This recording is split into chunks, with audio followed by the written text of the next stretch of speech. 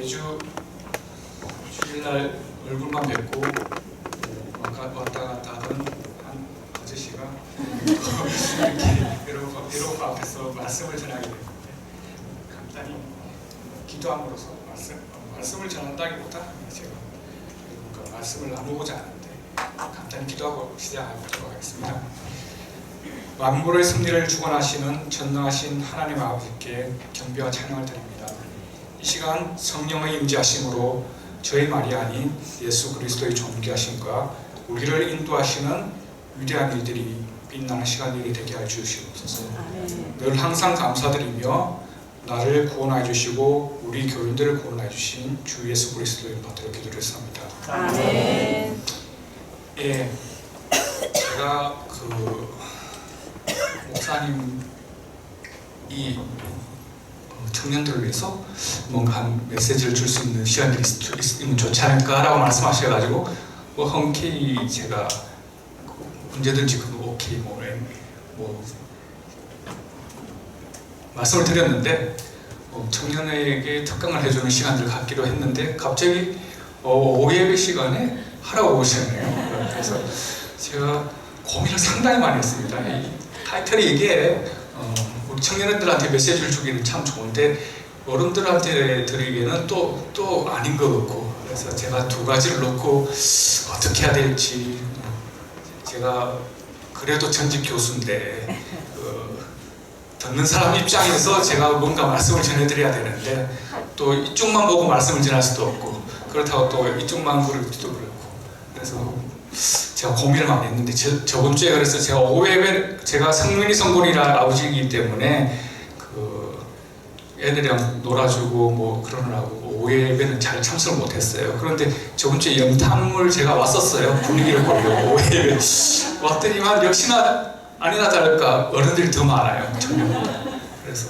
제가 마음속에 갈등을 하고 있었는데 오늘 와서 보고 어른이 많으면 어른 쪽에 맞추고 청년이 많으면 청년 쪽에 맞춰야 되겠다는데 역시나 오늘 또 어른이 많으세요. 그래서 타이틀은 청년지원가리라고 했지만은 오늘은 청년부한테는 조금 양해를 구하고, 제가 청년부 수련회도 하시잖아요. 부르면 제가 저녁이라고 달려갈게요. 시간은 언제든지 제가 할애드릴 수 있으니까 교회에서 부르시면은. 그래서 오늘은 조금 더 이제 타이틀을 완화시켜가지고 지금까지 어른들 들으시면 하실 거예요. 지금 다 이제 연세가 계시는데 거꾸로. 그래서 제가 살면서 예수님과 동행하였던 나의 신앙을 잠시 전해드리고 또 조금만 언급해드릴게요, 지금까지 대해서. 그래서 오 나의 주, 나의 하나님이라는 타이틀로 살짝 변경을 해가지고, 말씀은 똑같습니다. 말씀은 똑같지만은 타이틀을 조금 변경해가지고 제 감정 겸 말씀을 전하도록 하겠습니다. 예, 제가 소개받았듯이 저는 목사님 오늘 또 시간에 대한 제약을 안 두셨는데 성령의 인도하심에 따라 끝내도록 하겠습니다. 네, 저는 소개받았듯이 동경공업대학 교수도 하고 삼성에서도 근무하고, 제 간증을 하려면 제 자랑을 해야지 또 간증이 되겠죠. 그래서 일단은 세상적으로 말하는 제 스펙을 한번 말씀드리겠습니다. 제 스펙은 제가 386 세대거든요. 386 요즘은 386도 아니고 486도 아니고 요즘 세대가 무슨 세대죠? 하도 이제 제가 단절돼가지고 저도 이제 50이 넘어가다 보니까는 이제 요즘 추세를 따라가는 게 좀 힘들긴 하는데, 교수할 때는 참 열심히 따라가려고 노력을 많이 했는데 회사 생활을 하니까 편하더라고요. 그러니까 안 따라가도 되고. 그런데 어쨌든 제가 386 세대의 마지막 건물 세대입니다. 386이라는 게 30대, 그 당시에 30대, 80년대 학번, 60년대 태어난 사람이고, 그걸 약칭해서 386 세대라고 그러는데, 제가 88학번, 69년생, 마지막 건물의 민주화의 여러분들 좀 알아듣기 좀 그렇겠지만 민주화의 건물에 투쟁하던 그런 세대입니다. 지금 문재인 정부의 밑에 요직들이 있는 사람들이 다 386 세대입니다. 그 세대들이. 그래서 저도 386 세대지만 386 세대에 대해서 정치하는 분에 대해서는 저도 욕을 많이 하는데 공부한 건 없고 맨날 데모만 하고 제가 대학교 1학년 때는 옛날에 총대라고 하거든요. 그 학과 대표를 총대가 하는 일이 뭐냐? 교수님 찾아가지고 휴강하는 거예요. 휴강 시키는 게 일이에요. 왜냐면 데모해야 되니까 나가서 데모하고 민주투쟁 이제 그거 세대가 조금만 한 1, 2년 지나면은 민주화 세대가 아니고 학내 분규 때문에 데모하고 그러는 계속적으로 데모를 했지만 이슈가 틀려집니다. 그렇긴 한데 제가 386 세대로서 저도 뭐 그 이전에 이제 386 세대 이전에 저는 부모님들이 다 기독교 신앙인들이고 아버지 쪽으로는 4대째 어머니 쪽으로는 3대째 신앙을 이어오던 집안입니다. 그래서 저희가 어렸을 때는 저희 집에 13명이 살았어요. 저희 집이 큰 집인데 저희 중조모부터 시작해가지고 조모, 조보, 조무, 저희 가족 4명, 그 다음에 삼촌들, 고모, 그 다음에 잘 살았는지 모르겠지만 집에 일하는 사람 3명이나 있었어요. 대가족으로 살았는데 제가 아무튼 그 스펙을 말씀드리면은 제가 386 세대 때 화학과였는데 공부를 할 수가 없었어요. 1학년 때 데모를 하니까 뭐 공부를 진짜 공부다운 수업을 해본 적도 없고 맨날 나가서 체류탄 가스 마시고 누구 뭐 휘발유 뒤집어 쓰고 뭐 그런 사건들도 생기고 그러다 보니까 제 마음속에 하나의 제 마음속에 좀 꺼림직함들 학교에서 지금 학내에서 이렇게 공부를 계속 공부도 못하는 상황에서 나가서 그때는 대마다 잡혀가면은 군대로 가는 시절이었으니까요. 제 스스로 군대를 가야 되겠다는 결심을 하고 군대를 다녀왔어요. 1학년 중간에 마치지도 않고 그래서 군대를 다녀오고 제가 돌아오니까는 민주화 바람은 조금 잠들고 뭐 대학 총장이 잘못했니, 또 어느 교수가 잘못했니 맨날 데모하는 게 일이었어요. 또 그 군대 갔다 오면 또 복학생이라는 또 이런 하에 저는 또 열심히 덕분에 열심히 공부할 수 있었고 그 가운데 제 꿈을 찾을 수가 있었어요. 저는 교수가 되는 게 목표였어요. 그 당시에 대학교 2학년, 3학년 그 시절에. 그래서 교수가 되면 어떻게 해야 되겠나 해가지고 보니까 결국 열심히 공부하는 수밖에 없더라고요. 교수 하려니까. 그래서 교수를 해야 되겠다는 일념하에 제가 화학과였는데 저희 화학과의 교수님들 여러분들이 계시는데 6개월마다 한 교수님 랩에 가서 그 교수님 랩에 소속을 했어요. 6개월 동안 요 교수님 방에 갔다가 또 6개월은 요 교수님 갔다가 좀 마음에 안 드는 데는 한 3개월만 있다가 제 나름대로 교수님들의 그 생활들을 염탐하기 위해서 또 어떤 분야가 또 나한테 적성이 맞을까라는 생각하에 화학도 여러 가지가 있거든요. 뭐 유기학, 무기학, 분소학, 물리학, 전자학 뭐 여러 가지가 있는데 그 랩들을 다 돌아보니까는 제가 해야 될 공부해야 될 분야가 적성이 맞는 게 보였고 그리고 그러다 보니까는 제가 또 하고 싶은 부분들이 있었어요. 그래서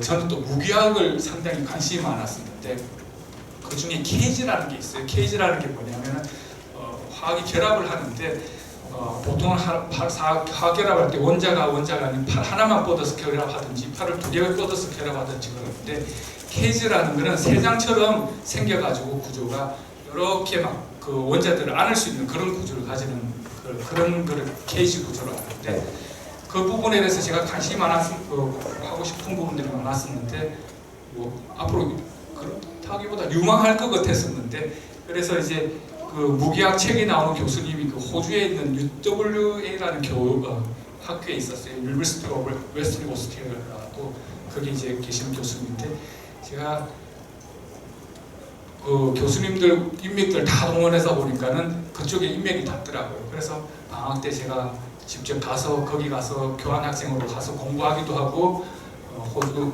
뭐 그때 90년 중반도 안 됐죠. 90년 초반이니까 호주에 가려면 비자도 내기도 힘들고 그럴 때였는데 가서 제가 공부를 해야 될 곳이면 저는 제 성격이 좀 뭔가 하면 끝장을 봐야 되는 성격이라서 요즘은 좀 덜한데 예전에는 그래서 그 곳에 가서 제가 직접 가서 지내보고 나름대로 열심히 그 연탐을 하고 왔었어요. 그런데 이제 저는 당연히 미국 아니면 호주로 유학 가서 공부하고 와서 교수할 거라는 생각을 했는데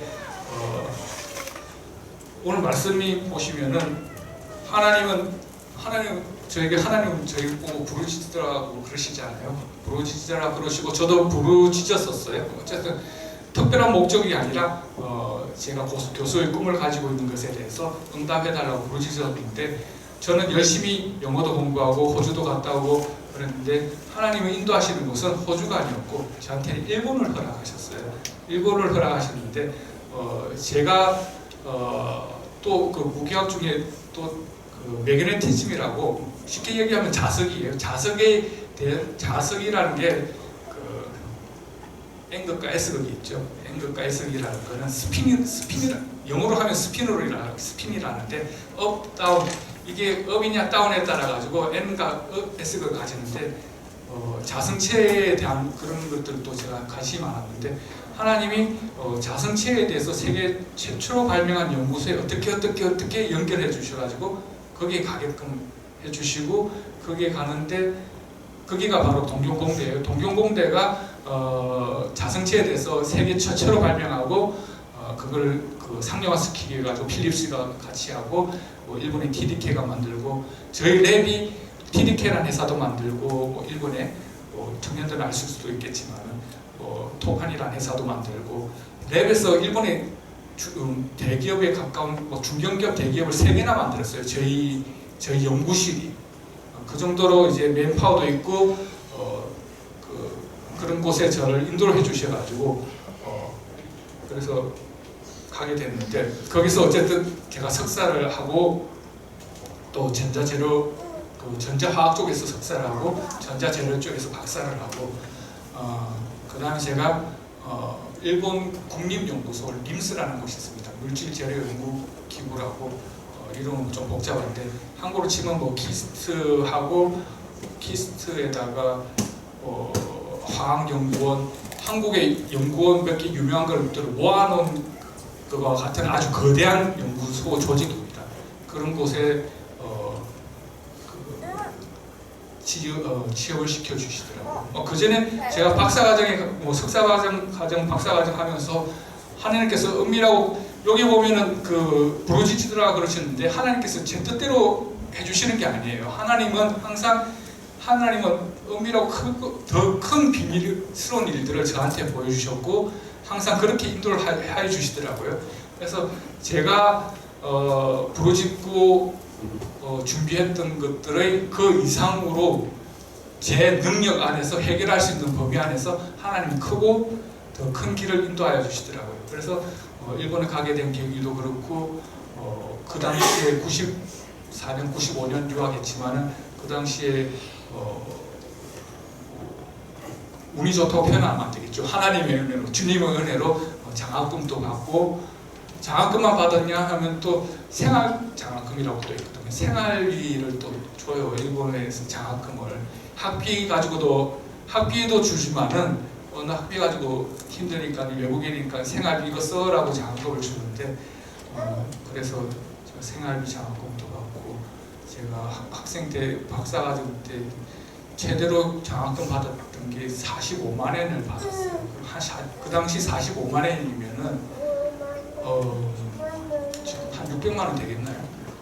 학생이 600만 원을 받은 거예요. 그냥 학비는 물론 다 받지만은 생활비 너 쓰라고 주는 게 장학금이 한 달에 600만 원씩 줘요.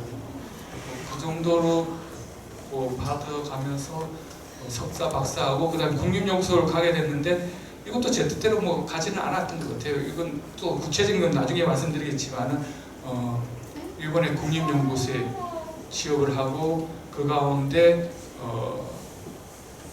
동경공대에 다시 리턴해가 교수의 생활을 하고 교수 생활을 한 5년 하다가 일본에 못 받고 살려고 했더니만은 또 삼성이 또 와가지고 좀 오지 않겠냐 이렇게 해서 일명 스카웃이죠. 스카웃을 뭐 해서 삼성이 와서 만 10년을 채우고 신사업 쪽으로 계속 했습니다. 삼성에서는 신수종 사업 뭐 그런 식으로 얘기하죠. 그룹사 여기도 삼성 직원이 한 명 계시겠지만은 그룹 내 신수종 사업 그때는 제가 이재용 부회장과 일본에서 같이 공부를 했었습니다. 예전에 제가 이재용 부회장 개요대학에서 MBA를 했거든요. 그 당시에 같은 시대에 저는 공부를 하다가 저는 삼성에 입사하니까는 뭐 연구원이긴 하지만 어쨌든 회사 직급으로 찾았는데 그 사람도 그때 입사를 했거든요. 그때는 상무로 입사하더라고요. 그래서 이거 역시 금수저와 차이가 나는 이렇게 열심히 했는데도 그렇더라고요. 그래서 어쨌든 뭐 제 스스로의 스펙으로 보면 그 당시 어쨌든 삼성이 스카우트 당해서 10년간 실수종 사업을 하면서 뭐 일본 주재 운동도 하면서 여러 가지 혜택들을 많이 보고 살았었습니다. 그러다가 이제 여러 가지 계기가 있어가지고 저희 우리 쌍둥이도 있지만 쟤들이 제일 큰 계기가 됐을 수 있는데 내 사업을 해야 되겠다. 이제는 내 그릇 삼성을 위한 신사업이 아니라 내 삶을 위한 신사업을 해야 되겠다라고 이제 회사를 설립하고 이제 하고 아무튼 또 하나님이 크고 비밀스러운 계획들을 기다리고 있는 중에 있습니다. 근데 아무튼 그 스펙으로 보면 그렇는데 좀 더 이제 보태자면은 제가 석사 때 박사 때 일본 한국으로 치면 과기부죠. 일본 문부성으로부터 과기처로부터 연구비를 받아서 제가 연구를 하는데 30억 엔을 제가 받았어요. 30억 엔. 1년에 30억 엔이면 그냥 500만 원 450억이에요. 450억을 제가 예산을 제 마음대로 쓰는 건 아니겠지만 제랑 콘소시엄을 형성, 물론 제 교수 이름을 등에 업고 당연히 받는 거지만은 저 녹음하네요. 조심해요. 네. 저희 교수님의 등을 업고 제 힘으로라기보다 또 하나님의 은혜로 연구비를 펑펑 주셔가지고 하고 싶은 연구 다 할 수 있게끔 하시더라고요. 그리고 또 한국에 또 겸임 교수를 했지만은 제가 방학 때만 되면 한국 학생들을 다 일본으로 데리고 옵니다. 일본에 데리고 와서 있는 돈 펑펑 써가면서 학생들 연구를 지원해주고 학부부터 석사 저는 제가 은혜가 있기 때문에 제가 받았던 혜택들이기 때문에 후학들이 펑펑 퍼주다는 게는 좀 그렇지만 그들이 충분히 이 연구의 분야에 대해서도 비전을 볼 수 있고 또 소망을 볼 수 있게끔 물질적으로도 지원해 줄 수도 있었고요. 그랬습니다. 세상적으로 보면은 김태혁은 아무튼 나름 잘 잘해가지고 그렇게 건의를 하지만은 제가 잘해서 된 것은 도대체 몇 프로일지는 제가 계산을 안 해봤습니다. 목사님 오늘 과학을 너무 믿지 말라 하셨는데 숫자적으로 너무 따지지 마시고 제가 컨트리뷰션한 건 제 인생에 제가 컨트리뷰션한 거는 물론 있겠지만은 오늘 말씀은 예수님이 나를 어떻게 인도해 주시고 어떻게 하셨냐라는 게 타이틀인 것 같습니다. 왜 내가 오 나의 주 나의 하나님이라는 말씀을 던지냐면은 저는 아까 말씀드렸듯이 13명의 대가족이 살 정도로 저희 가족이 대가족이었는데 저희 부모님들은 다 이북에서 피난을 오신 분들이에요. 피난을 오고 부산에 정착하고 사셨는데 왜 피난을 왔겠습니까? 이쪽에는 잘 이해가 안 될 수도 있겠지만 왜 피난을 왔겠습니까? 6.25란 전쟁 때문에 저희 부모님이 4대째 크리스찬이었는데 예전에는 전쟁 때 내려왔다 다시 올라갔다 내려왔다 그랬잖아요. 뭐 145태라는 것도 있었고 중공군이 일본군이 내려왔다가 미군이 개입해서 다시 올라갔다가 다시 이제 중공군이 개입해서 또 내려오고 그게 145태인데 내려왔다 올라갔다 하다 보니까 저희 부모님 다 평양 쪽에 사셨는데 평안남도 평안북도 그렇게 사셨는데 내려오다 보니까 북한군들이 크리스찬을 다 학대하고 죽여고 그랬잖아요. 그다음에 지주라면은 또 대창으로 찔러 죽이고 그러다 보니까 저희 또 할아버지가 잘 사셨나 봐요. 큰 공장을 하셨다는데 지주에다가 크리스찬이니까 이제 다시 이제 그 중공군이 내려오면 다 죽는다라는 결론하에 원지와 다 철수 남한으로 철수라는 이제 그 미션하에 크리스찬이기 때문에 어쩔 수 없이 그 지옥 오늘 말씀 중에 우리의 삶에 천당과 지옥이 있댔지만 그 당시는 지옥이었기 때문에 지옥을 피해서 남한으로 피난 오게 됐습니다. 그래서 그 피난 온다는 자체가 아주 대식구가 움직이는 게 그 험난한 길이긴 한데 저희 부모님들은 그 황해도 쪽으로 해가지고 미군 배를 타고 철수를 하셨어요. 그래가지고 그 당시에 저희 그 할머니가 만삭이셨는데 실수인지 모르겠지만 그 배에서 저희 고모를 낳으셨어요. 그래서 낳으셔가지고 미군 배에서 낳았기 때문에 미군 군함에서 낳았기 때문에 저희 고모는 그냥 아무것도 안 했는데 미국 국적이 되고 아무 일을 안 했죠. 원정 출산이라는 거죠.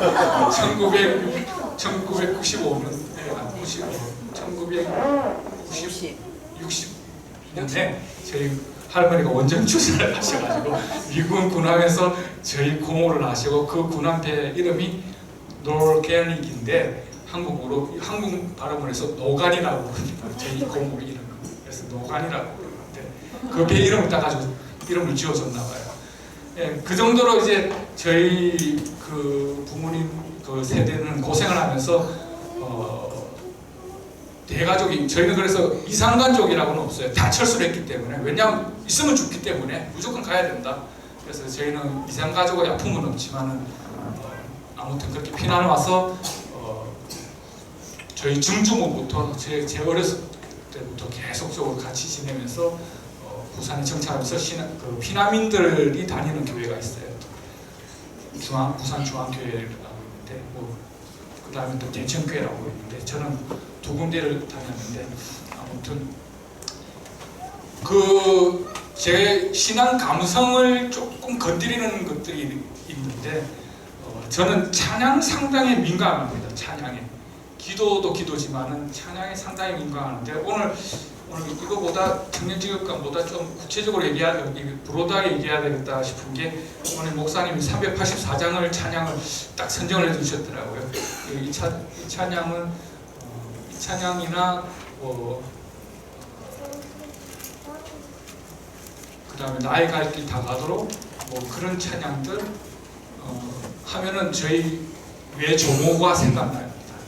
매일 저희 집에 오시면은 또는 그 집에 가면은 항상 찬양이 끊이지가 않아요. 저희 그 할머니가 찬양이 끊이지가 않고 저희 정주 할머니는 나가나안 복지귀한성 요즘은 복지귀한성이 아니고 조금 바뀌었는데 그 찬양 소리가 항상 끊이지가 않았습니다. 저희 정주 할머니 방이 있는데 거기는 항상 나가난 복지귀한성 찬송 소리가 제 귀에 인이 박히도록 박혀 있어요. 그래서 제가 쟤들 조그만 할 때 그 카세트 테이프 예전에는 카세트 테이프에 녹음을 하는데 그 녹음기에 제가 찬양을 부르면서 녹음한 게 몇 곡이 있는데 그게 한 서너 곡이 돼요.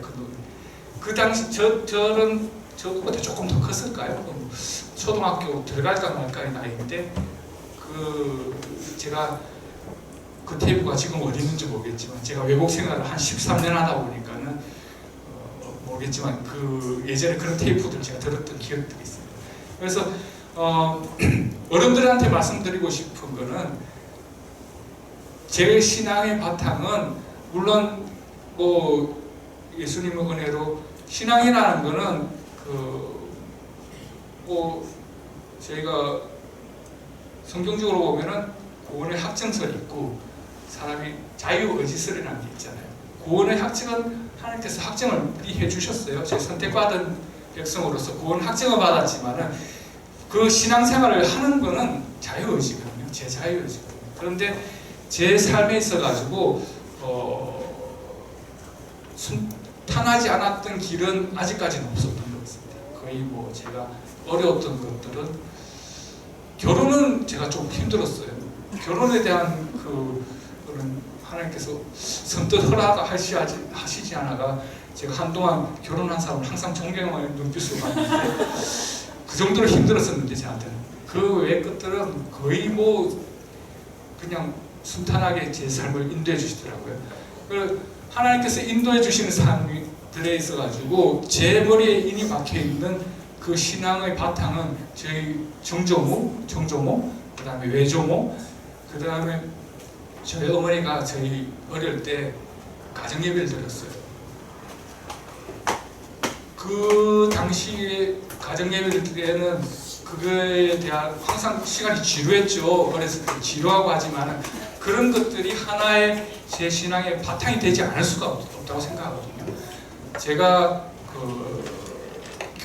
일본에서 교수 생활할 때는 연구원 생활할 때는 한 달에 한 번씩 해외 출장 가야 돼요. 그때는 싱글이니까는 제가 출장 갔다 가지고 와이셔츠랑 세탁소 맡겨놓고 찾아올 때쯤 되면 다시 가방 싸가지고 해외 출장 가야 되고 그런 사람들이 그런 생활들을 많이 했었는데 그런 가운데도 제가 꼭 주일은 성수하게 됩니다. 주일 꼭이라는 건 100%니까 좀 힘든데 아무튼 99% 이상 제가 교회 주일 성수를 하려고 노력을 하고 저희 집사람과 신혼여행도 갔지만 주일날은 교회를 찾아서 갈 정도로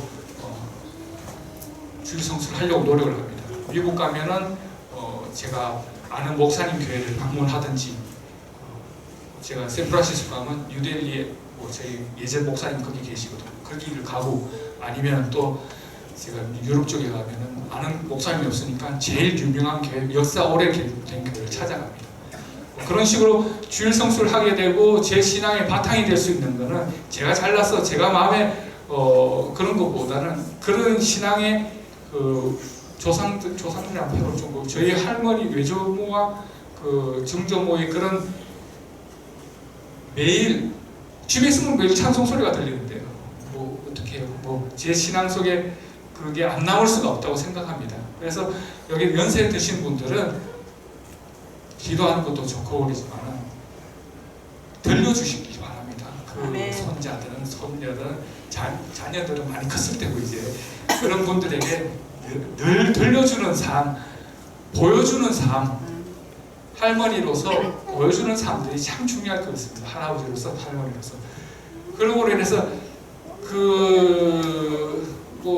자손들이 그런 게 아니면은 옳은 길로 갈 수밖에 없다고 저는 생각되고요. 그렇다고 생각합니다. 그래서 저는 저희 애들이 태어났을 때 아주 요만할 때 안아서 재우잖아요. 재워야 되잖아요. 그러면 제가 저녁에 풀 예배를 드립니다. 저는 도입성부터 시작해가지고 축도까지 저 혼자서 원맨쇼를 1시간 동안 합니다. 애를 안고 한 시간은 재워야 되니까 하나 재우고 또 하나 하고 그러니까 그러면 하루는 성민이를 안고 풀 예배를 드리고 하루는 성군이를 안고 풀 예배를 드립니다. 도입 찬양부터 사도신경 주기도 김지석이 집사님 기도해 주세요 하고 저 혼자 또 말씀을 하나에 생각나는 말씀 묵상하고 또 찬양하고 혼자서 왜냐하면은 제 마음속에 남아있는 신앙은 쟤들이 또 무의식 중에 듣고 무의식 중에 느꼈던 감성을 자극하는 거거든요. 저희 아까 오늘 목사님 찬양을 하셨을 때 제 감성을 자극해가 제가 주제를 바꿨듯이 사람이라는 거는 이성과 감성이 있는데 감성을 무시할 수 없는 부분입니다. 이성으로 생각하면은 이걸 성경을 언제 다 이해를 하고 저희가 믿을 수 있겠습니까? 그런 부분들이 상당히 중요하다고 생각하는데 요즘 그래서 뭐 제가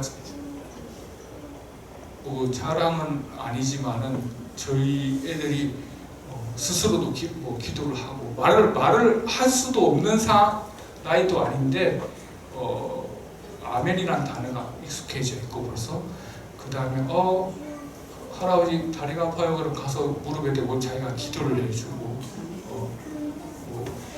그런 정도의 신앙의 교육이 되어 있다고 생각되는데 그런 부분들은 부모도 부모고 여기 계신 할아버지 할머니들이 나중에 제가 청년은 직업관 결혼관 제가 부르면 언제든지 와서 해드리겠습니다. 그런 부분들은 아무튼 제가 말씀드리고 싶은 거는 그런 신앙의 바탕이 있었기 때문에 제가 그래도 올바르게 살고 또 주님 안에서 뜻을 이루려고 노력했던 것 같습니다. 아니었으면 제가 어떤 길로 갔을지도 모르죠. 제 잘난 맛에 또 옆에서 또 당기면 또 거기로 갑시다라고 할 수도 있고 어떠한 상황들이 있을 수도 있는데 제가 신앙의 관점에서 제 삶들에서 선을 그으면서 살아갈 수 있지 않았나 생각됩니다. 그리고 제가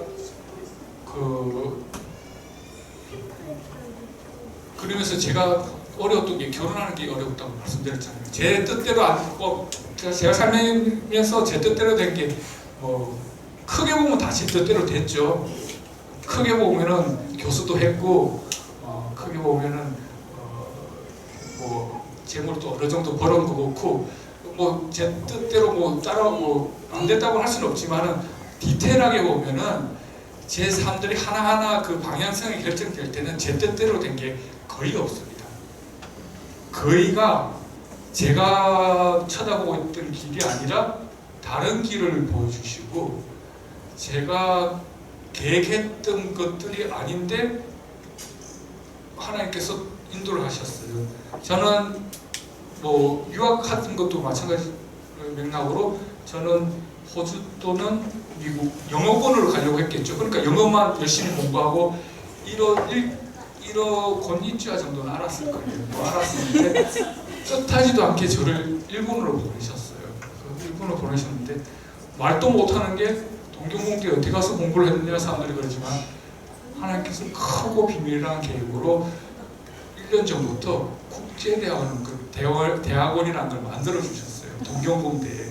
그전에는 없었는데 국제대학원이라고 외국권에서 온 사람들을 위해서 대학원을 공부를 할 수 있게, 영어로 다 공부를 할 수 있게끔 만들어 주셔가지고 저는 제가 국제대학원으로 갔고요.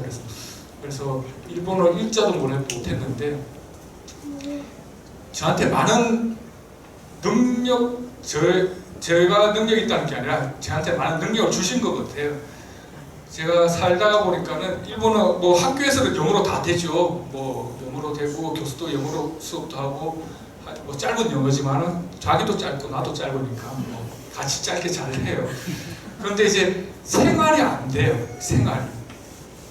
학교에서 딱 한 발자국 나가면은 일본 사람이 참 친절하기 때문에 생활하기 좋은데 제가 물어볼 수도 없고 그래서 항상 그렇다고 제가 많이 돌아다니진 않지만 그래도 일주일에 한 번씩 마트 가가지고 쇼핑을 해야 되니까 제가 매주 쇼핑을 하잖아요. 주말 되면 쇼핑을 하는데 어느 날 이제 쇼핑 하다 보면 이제 계산 탁 하면은 계산 카운터에 돈 뜨면 그거 딱 돈 주고 그냥 나오는 그런 시스템이에요 저는.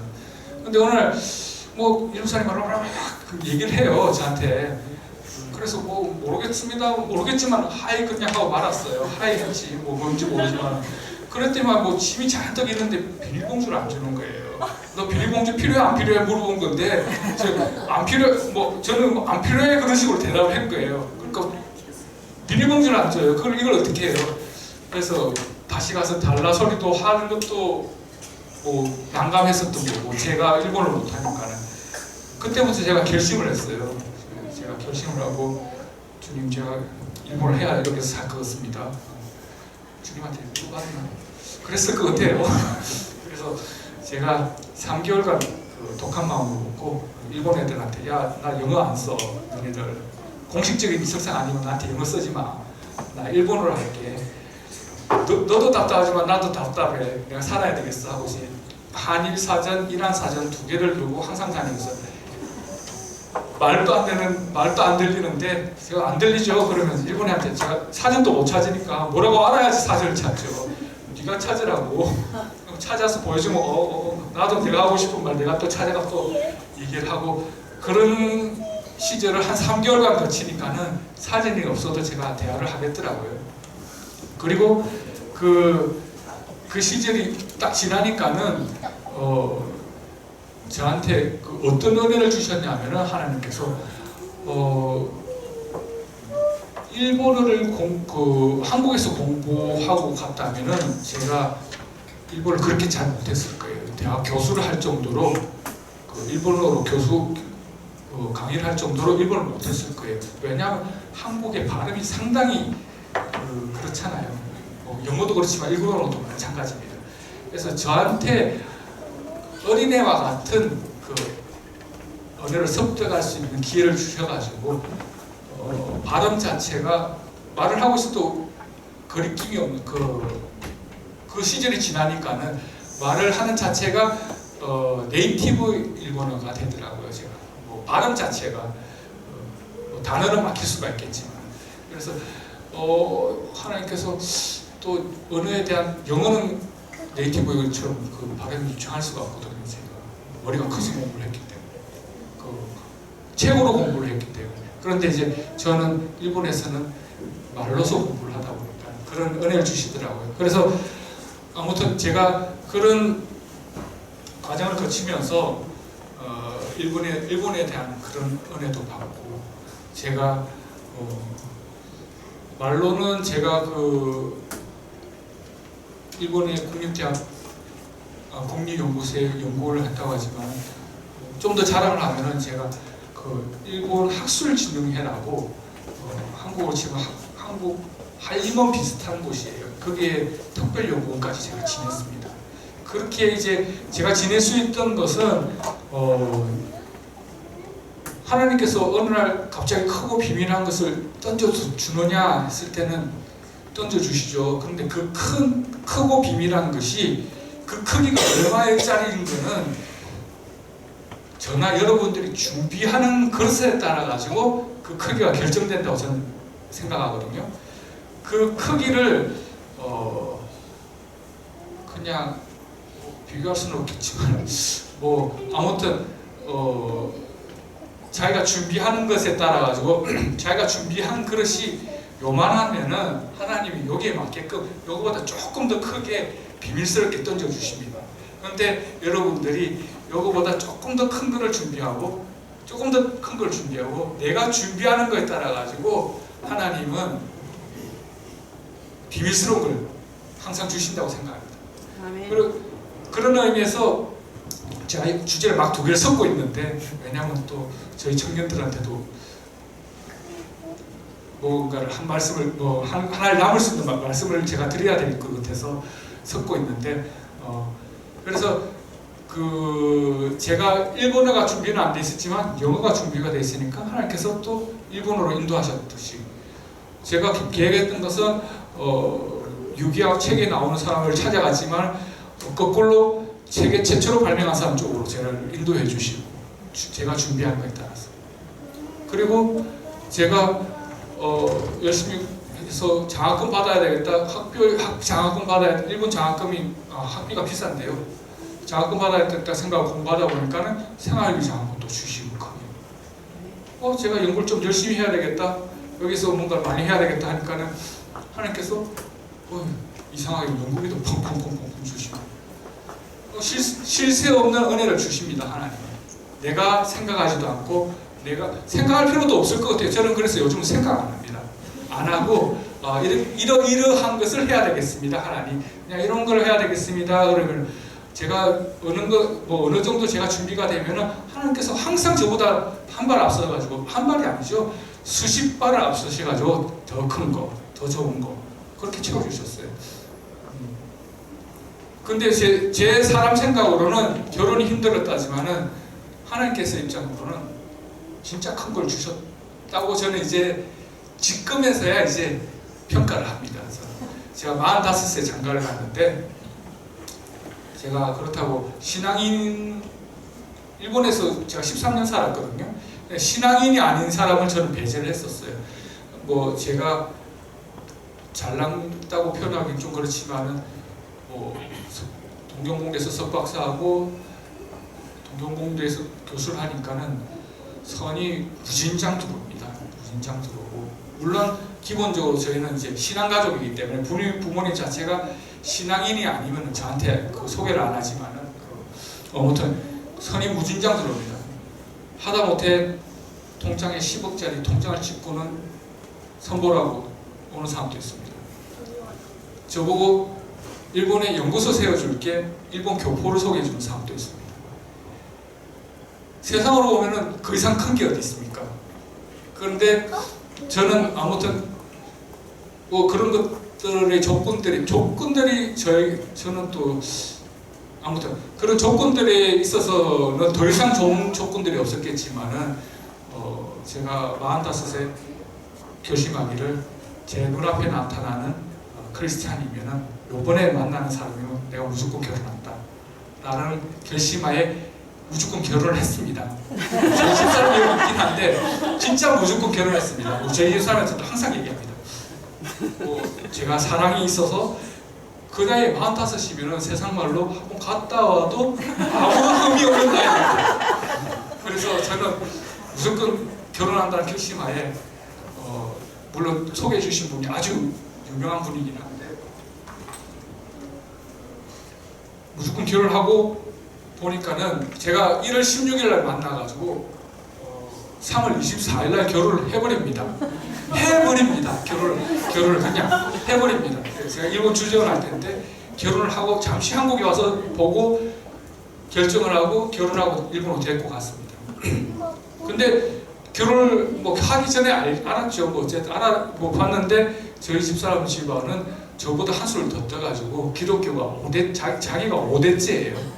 5대째고 기독교 100년사 기독교 책이 나옵니다. 그 100년사에 보면 저희 집사람 집안에 일들이 조금씩 묻혀서 기록이 되어 있습니다. 왜냐하면 저희 집사람 집안에 목사, 선교사가 한 30명 정도 된답니다.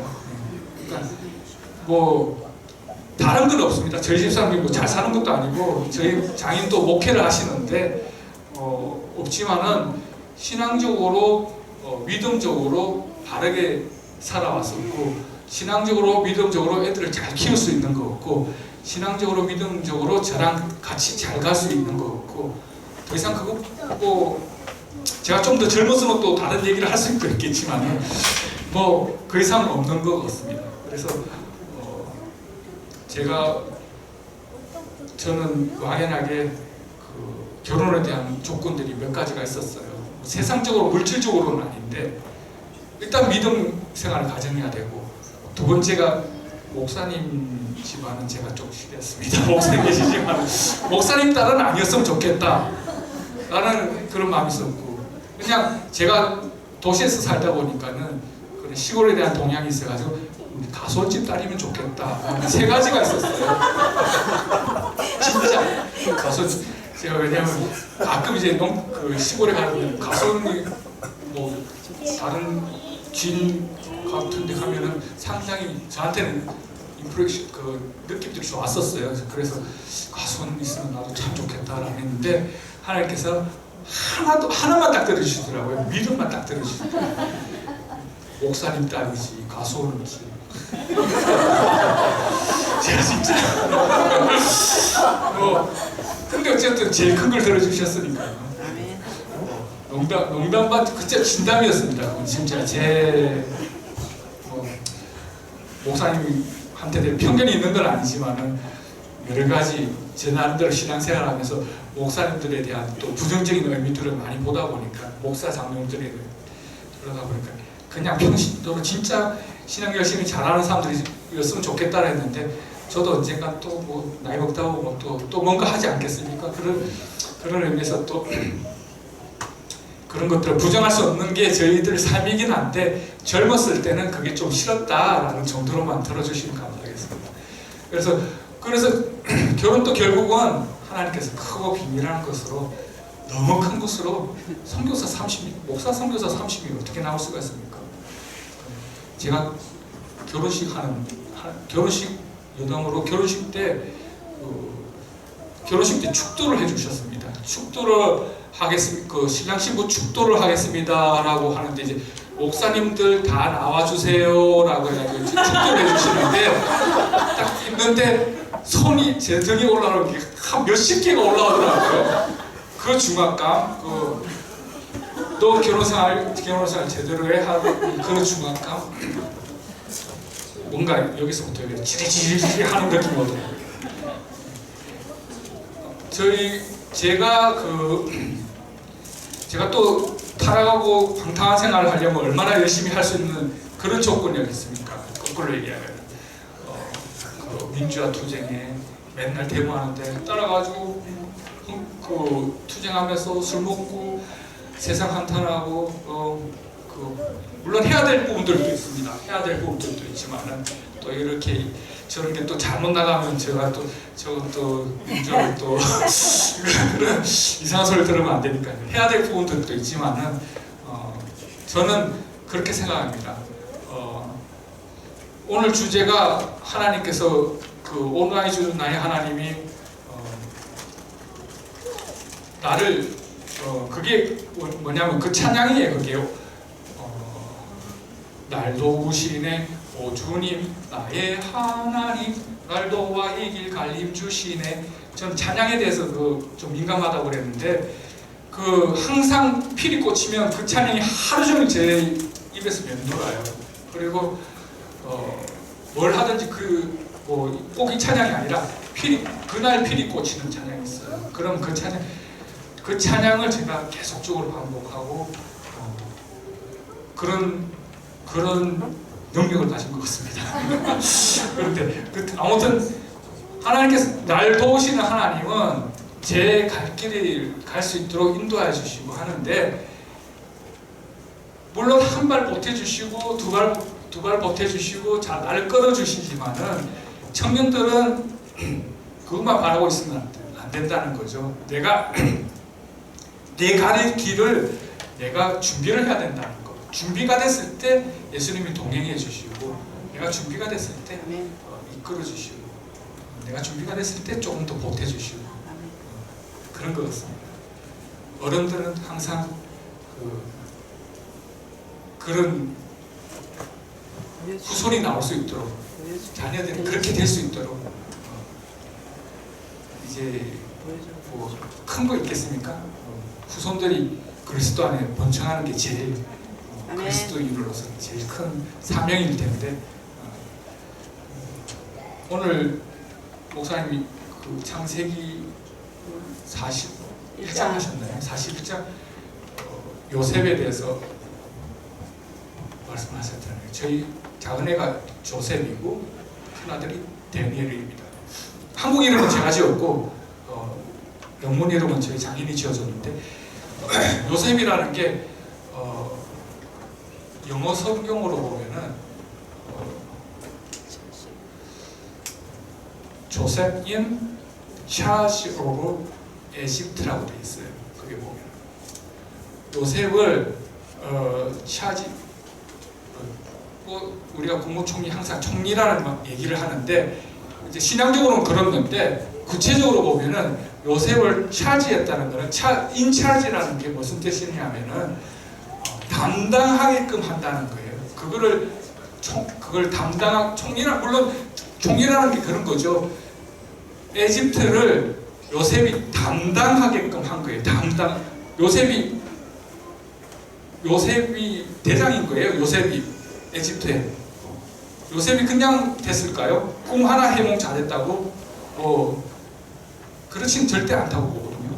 요셉이 준비가 되어 있었고, 요셉이 분명히 자기가 주어진 삶에 열심히 살아왔고, 한 단계 한 단계 준비돼서 올라가다 보니까는 인차지로 에집트까지 올라갔다는 그렇습니다. 저도 준비가 됐으니까 대학 교수를 시켜줬을 테고, 제 잘나서 뭐 했겠습니까? 일본 동경공대, 제가 저 혼자 있었어요. 한국인 교수. 또 그 자리를 주신 거를 제가 해석하려면 해석은 할 수 있어요. 다 지난 일이기 때문에. 왜 이 자리에 남겨주셨나?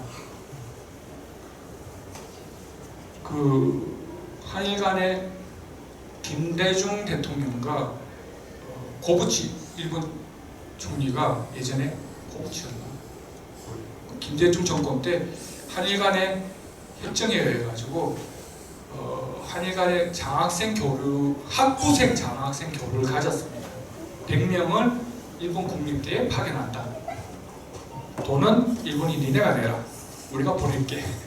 똑똑한 애들을. 그래서 한국의 내신 2% 이상 들어야지만이 시험을 칠 수 있는 자격을 주고, 2%가 1%였나요? 2%에 아무튼 기본적으로 머리가 있는 애들이 시험 칠 수 있는 자격이 되고, 시험 치셔서 패스를 하면은 돈을 주면서 생활권까지 주면서 일본 국립대에다가 학부생들을 친일파는 아니겠지만 일본을 친하게 지낼 수 있는 그런 고급 인력들을 키우자라는 의미에서 그런 일명 김대중 장학금이라고도 부르고 학부생 장학금이라는데 일본 문부생에서 그렇게 해서 했는데, 제가 교수할 때 수두루룩 학생들이 그때 왔습니다. 저희도 이제 국립대니까는 1년에 그 100명 중에 시험 쳐가지고 6개월간 교육시켜가지고 시험 쳐가지고 시험 성적 순으로 학교를 고를 수 있는 선택권을 줘요. 그러면 당연히 저희 학교가 1등이죠. 저희 학교를 1등으로 100명 중에도 7등 안에 들어야 저희 학교 6등 내지 7등 들어야 오는 겁니다. 그래서 그런 학부생들, 고등학교 졸업한 애들 의지할 곳이 없는 곳에서 자연적으로 교수가 나밖에 없으니까 자연적으로 저한테밖에 올 수가 없습니다. 그리고 제가 교회를 다니니까는 동경중앙교회 다니는데 또 자연스럽게 학교에서 뭔가 지네가 그래요. 제가 안 해도 지네가 교수님 우리 같이 성경 공부할 수 있으면 좋겠다 학교에서. 당연히 연구실 자리 한 달 내주고 일주일에 한 번씩 모여서 성경 공부하다가 너네 또 교회 어디 다녀? 뭐 신앙적으로 방황하지 않도록 또 저희 교회에 자연적으로 지네가 알아서 끌고 동교공대 학생이 저희가 엄청 많았습니다. 그러니까 거꾸로 저는 목적과 제 사명을 찾는다면은 하나님께서 그런 사명을 주시지 않았냐? 왜냐하면 저는 계획했던 것이 그게 아니었거든요. 저는 일본에 나와 있을 생각이 추호도 없었거든요. 저는 미국 가서 이제 박사를 했으니까는 그나마 좀 더 이제 다른 세상에 가서 제 삶을 펼쳐야 되겠다 했는데, 제가 시간이 점점 가는데 성령님이 이 얘기를 하라는 것 같아요. 조금만 더 할게요.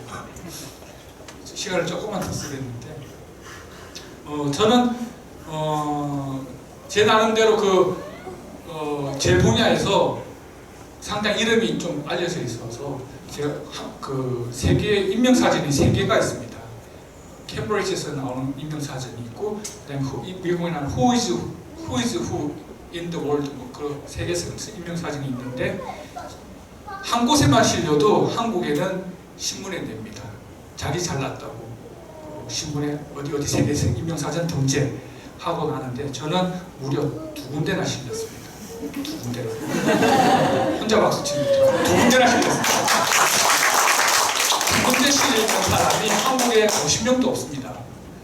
그리고 Who is Who in the World, 세계에 누가 있죠? 라는 사진이 있어요. 거기도 실리고, Who is in 아시아의 사진에도 Who is Who in the 엔지니어링 중에 기술, 연구자 중에 누구, 그런 사진. 아무튼 그 정도로 나름 제가 열심히 좀 하고 이름을 낼 수 있게끔 살았던 것 같습니다. 그래서 저는 당연히 미국에 가서 연구 생활을 해야 되겠다. 그래서 저는 목표했던 것이 뉴욕에 있는 국립연구소, 뉴욕에 바로 옆에 있는데 브로컬린 내셔널 랩, 그 다음에 한 군데는 네이버 리서치 랩이라고 한국말로 하면 해군연구소, 미 해군연구소, 2군데를 하다가 미 해군연구소를 가기로 했었습니다. 그런데 제가 그 시절이 언제냐, 2001년 10월부터 제가 가야 돼요. 그런데 2001년 여러분들이 기억하실지 모르겠지만 2001년 9월 달에 무슨 일이 있었냐면 아세요? 무슨 일이 있었는지. 9월 11일 하면 아실 거예요. 9.11 테러가 일어났어요. 9.11 테러가 어디가 났느냐? 뉴욕의 트윈타워, 저희 브루클린의 바로 근처예요. 뭐 많이 떨어지지는 않았어요. 그리고 한 군데 또 폭격이 더 맞은 데가 펜타곤이죠. 펜타곤인데 펜타곤이 그 각 시설들이 있는데 폭격 맞은 데가 해군 시설이에요. 그래서 제가 가려고 했던 보스는 거기 있는데 연락이 안 돼요. 그 당시에 뭐 폭격 맞고 다 두절, 통신 두절, 뭐 미국에 다 통신 두절, 며칠간 두절됐어요. 연락이 안 돼요. 그래서 제가 가려고 했던 곳은 그곳이었는데 제가 꿈꾸고 있었던 것은 거기서 뭐하고 경력 쌓고 한국 가서 교수 해볼까라고 생각했는데 가지 말래요. 누가요? 하나님 가지 말래요. 그래서 나온 곳이 일본 국립연구소고 그래서 또 연결해 주신 곳이 일본 국립대였습니다. 제가 언제 일본 국립대에 교수를 해보겠습니다. 일본 서울대가 뭐 랭크 매기긴 그렇지만은 100위권밖에 안 돼요. 100위권, 그 당시 100위권에도 못 들었죠. 세계 100위에도 못 드는 서울대, 한국에서 제일 잘 돼야 서울대 교수 아니겠습니까? 뭐 그래, 뭐 포항공대나 뭐 어쨌든 무슨 그런 교수겠지만은 동경공대는 세계 탑 10에 듭니다. 그래서 제가 꿈꿨던 것보다 더 큰 교수의식을 주신 거예요. 그래서 아무튼 기승전 준비입니다. 여러분들 준비해야 되고 여러분들이 준비되어 있는 만큼 하나님께서 부어주시는 거고 크고 비밀한 거 내가 요만큼 준비했는데 이만큼이면 그거는 도둑놈식 거고요. 내가 준비가 되어 있는 게 이 정도니까 하나님 요거보다는 작지 않게끔 요거보다는 또는 더 보기 좋게끔 동등하게끔 그거보다 더 크게 달라는 것도 좀 욕심이죠 사실은. 그렇지만 하나님께서 크고 비밀스러운 걸 주신댔으니까는 준비하는 만큼 얻어가시길 바라고 얻어간다고 준비하신 만큼 느끼시길 바라고 살면서 그러길 바랍니다. 그리고 여기 계시는 부모님들은 자녀들을 위해서 기도만 하지 마시고 새벽 기도에 오시는 거 좋습니다. 저희 외할머니도 교회에서 살았어요. 교회에서 살아서 기도 밤샘 기도하시고 하시지만은 거꾸로 집에 와서 저 몰라요. 그게 기도했는지 안 했는지 제가 어떻게 알아요. 그렇지만은 집에서 늘 찬양이 끊기지 않고 저희 증조모가 저희 외할머니가 105세까지 사셨어요. 그동안 나의 갈 길 다 가도록 계속 하는데 제 귀에 안 막히겠어요. 계속 찬양을 하시고 계속 찬양을 해주시면 기도해 주시는 것도 물론 기도를 하려면 데려놓고 하세요. 애기한테 손을 얹고 축복해 줄 수 있는 권한들이 다 있으세요. 여러분들도 뭐 목사님 계시지만 목회자만 저는 저희 아이들한테 축복을 해줍니다. 해줄 수 있는 뭐 성경으로 보면 장자한테만 축복해 주는데 저는 싫습니다. 다 축복해 줍니다. 아멘. 그렇기 때문에 여러분 어른들은 어린애들에게 축복의 삶과 그런 신앙의 밑바탕이 될 수 있는 삶들을 인도해 주시면 감사하겠습니다. 아멘. 나머지 구체적인 얘기는 불러주시면 다 되겠습니다. 감사합니다.